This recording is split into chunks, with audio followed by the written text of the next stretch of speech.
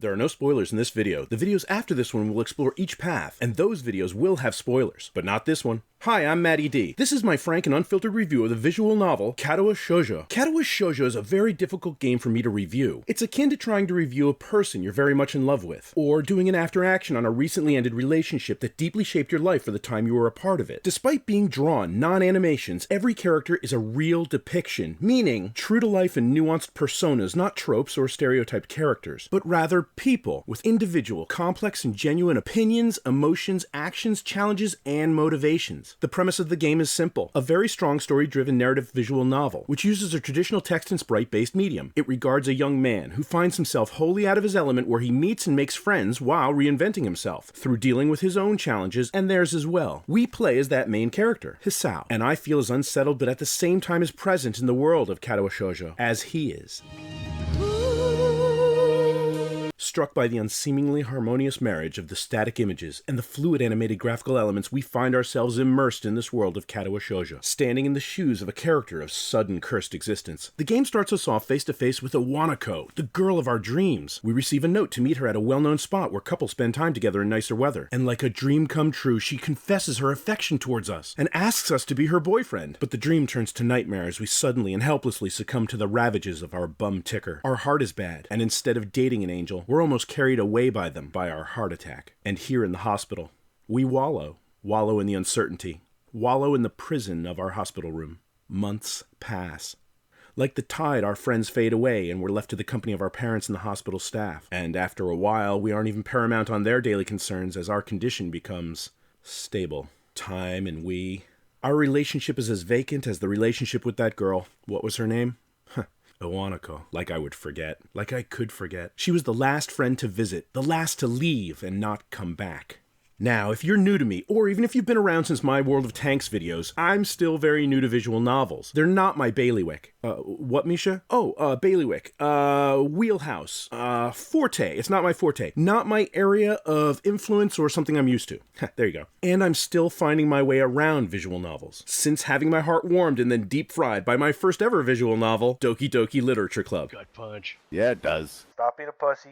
Alright ladies, settle down. But always the glutton for punishment, I'm expanding my bailiwick. After you all insisted I play and discuss Katawa Shoujo. The reason I mention the above is that I only have the one visual novel I know, Doki Doki Literature Club, to compare this to. And I will a little in this introduction vid, because the points are important for context. So, initial impressions. Katawa Shoujo is good. Really good. I'm just scratching the surface and I can tell I'll be spending a lot of time with this game. If you haven't played it, you should. Especially because it's free, but more so for how well it's written and evocatively encompassing in this simple game medium. I have never taken so many screenshots of anything, ever, as I have playing this game. Katawa Shoujo is a feels trip, but overall the themes and messages sent by this game are positive and uplifting. The kind of thing you might be able to look for insight into your own life. So far, it's also technically excellent. The written in-game logistical devices to get you onto a given path with a particular classmate is sublime in its subtle elegance. Really well done. To the extent that I didn't realize I had made a choice to be on a path until I was already well on my way down that path, towards the desired shoujo, or young woman. I'm also really impressed with the game's music. With Doki Doki Literature Club, the music gives me happy vibes, but it's persistent. I know it's there all the time. Listening to Doki Doki Literature Club music, I feel like I have a companion in the room with me. With a few notable and appropriate exceptions, the music of Katawa Shoujo is a seamless part of the story. Very fluid, inconspicuous, and adding color to the locations and characters. Only occasionally jumps out of a supporting part of the scenery role, but always Katawa Shoujo music is in more of an emotion, sometimes calming, sometimes an urge, and sometimes mournful. Importantly, this game is not about dating disabled girls, and it's definitely not fetishy.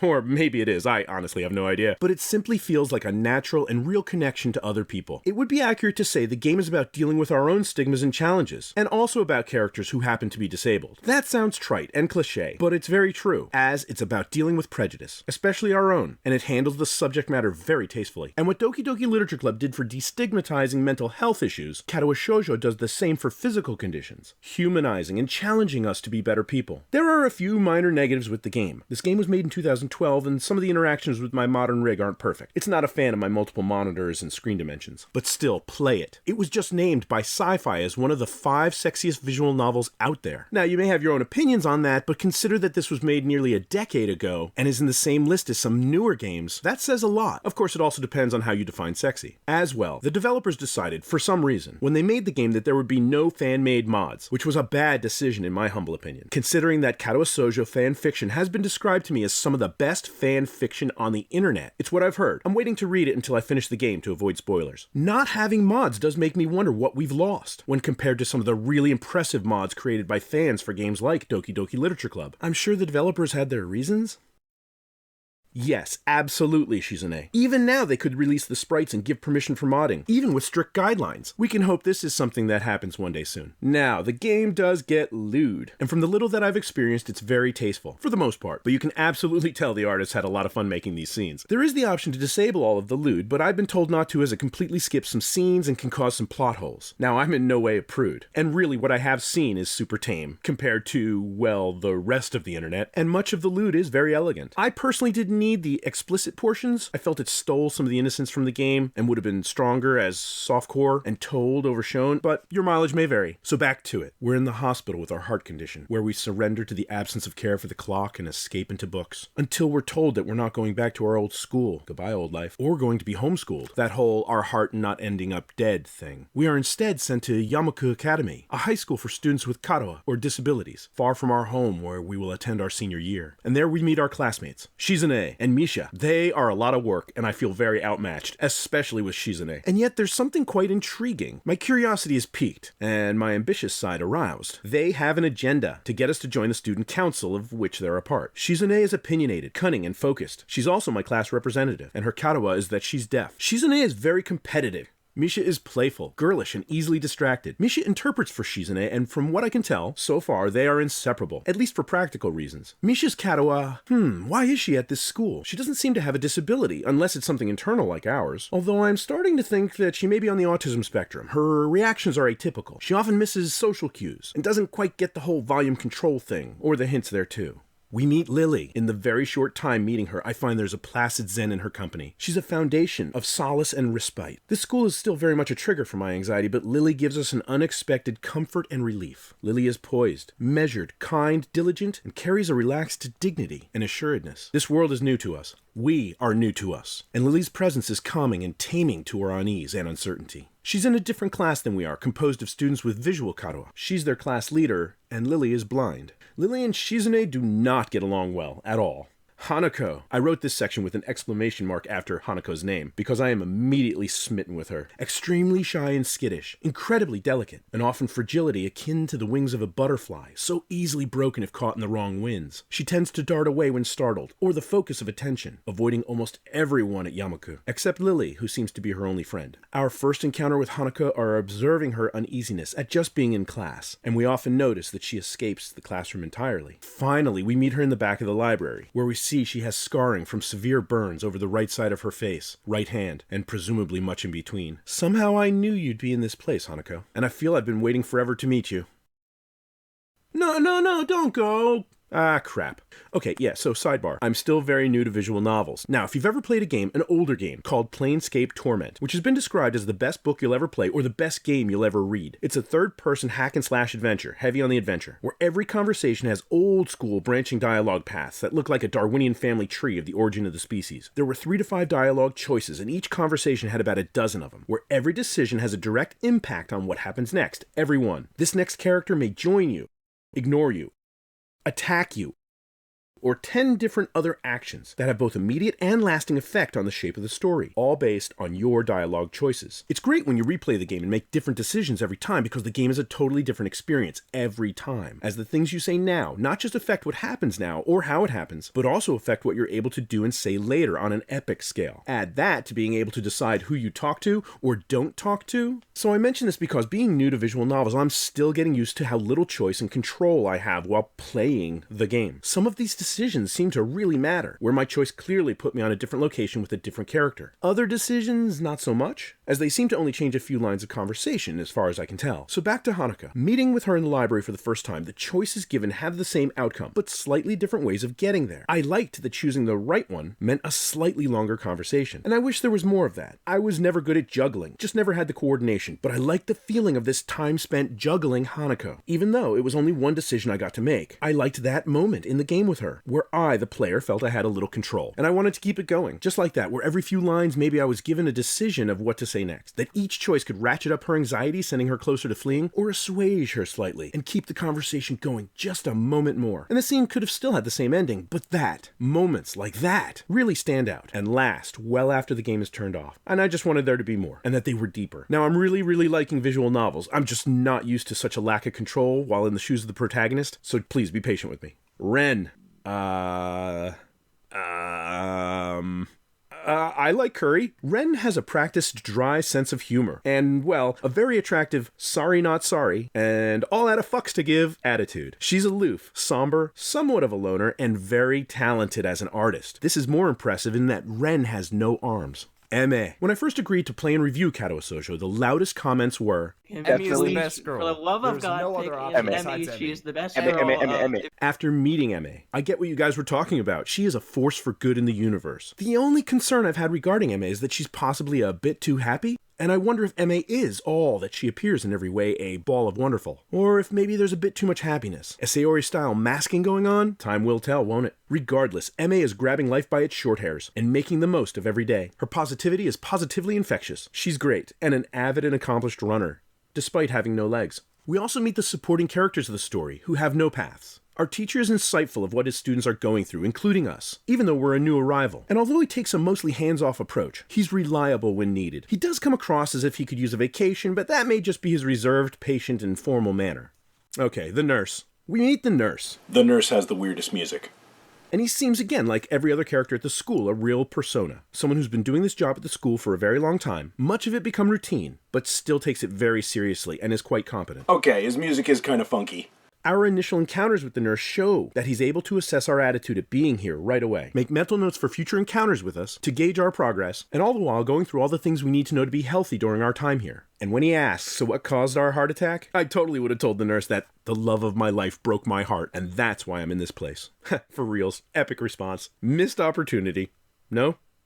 No? Really? Kenji. We meet our dorm room neighbor, Kenji, who lives across the hall. Kenji is easy to dismiss as a comic relief, and in many ways he is. But if you allow yourself to become immersed in the rich world, he's also depicted in a genuine and real manner that gives pause. He's in Lilly's class and is partially or legally blind. Moreover, Kenji is paranoid, quite misogynistic, and...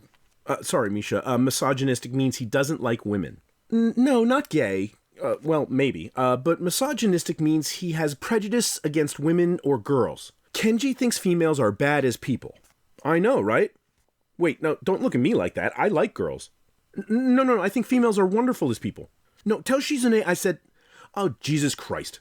Crap, and now Kenji's naked and smiling at me. You're not helping.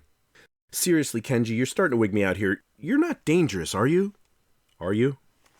Yuuko, a young lady who lives in town. Yuuko works at the Academy Library and also at a local cafe. Another comic relief if you only give her a cursory look, but very fleshed out if you go deeper. She's polite, kind, tends to think out loud, and accidentally says a lot of wise things. She's not very confident, is quite easily embarrassed, and often winds herself up over nothing. Yuuko's saving up to go to university. So yeah, there's no Yuuko path, although one is hinted at. There's also no Misha path. And again, if the developers had allowed fan mods, I'm sure there would be many very, very good ones out there. Akira, Lilly's older sister and quite different to her. A business professional. Akira is subdued, but much more daring and mischievous than Lilly. And it kind of makes me wonder what Lilly would have been like if she hadn't been shuffled off to boarding schools and given a very formal training. Because she does seem to have a little bit of playfulness hidden under everything. Miki. Another student at Yamaku Academy. She's mentioned the first time when we get to the school and meet our class, as we notice her missing hand and bandaged arm, and feel bad when the class applauds us in welcome and she's clapping a hand to a forearm. At the time of this writing, I've only played the Hanako path, where she appears a few times, and only briefly. Once when we're watching a pickup soccer game, and again later in class. Both times she comes across as tomboyish, slightly vapid, very athletic, and not having much apparent interest in studies like math. but what I immediately and incorrectly assessed as a potential sassy agitator. I learned that she's actually extremely unpretentious and kind. She's warm to us in an empathetic manner, both understanding our trepidations that accompany being newly disabled and dropped into this world, and also compassionate towards our concern with our relationship towards Hanako, and she seems to know more about what we're feeling than we do. I feel that that is exactly why she approaches us, that she can see we're a bit lost and in need of a friend to lean on, and I'll explore that a little bit more when I do the Hanako path video. But damn, man, where was this game hiding Miki? Konnichiwa, Miki. I immediately wondered, is there a Miki path? Please let there be a Miki path. Maddie wants to ride the Miki path. In the 2 brief moments in the park and in the class, I discovered a character who was quietly confident, positive, but complex, dealing and not dealing with her own demons, genuinely displaying real likes and dislikes, and most of all, kind, genuinely kind. And I find real kindness to be extremely attractive. This was someone I wanted to know in my real life. What's awesome is I mentioned this on the Katawa Shoujo Reddit sub, and although there's not a Miki path, someone did make a Miki game mod called Summer's Clover, which I've downloaded and will play and review after I finish all of the other paths in the canon Katawa Shoujo game. 2 more supporting characters not in Act 1, but was recommended that I mention are Suzu, another student in our homeroom class. She has narcolepsy and wears a knee brace, and I've heard many refer to her as Snoozu, which made me laugh and then I felt bad. She also appears in Summer's Clover, and there's also a very popular Suzu fanfic entitled Suzu Suru Root, or Suzu, which is highly recommended after you finish the game. And Nomiya, the art teacher and head of the art club at Yamaku Academy. Now, before I mention the last character, I wanted to bring up the pairings of the main characters. Quickly, it becomes apparent that the shoujo with paths had pairings. Shizune and Misha, Lilly and Hanako, Eme and Ren, although they seem to be the least dependent of a pair in Act 1, even if Ren relies on Eme for help with her shirts. Kenji is solo, and we are solo. In a way, that makes us a pair. No, wait, there's no Kenji route. Man, put some pants on right now. Either that or buy me dinner. I'm cheap, but I'm not that cheap. But I'm suddenly feeling a foreboding by this realization that I'm the odd duck in these pairs. I hope it's just my damn analytical mind overcalculating and not, triangles everywhere.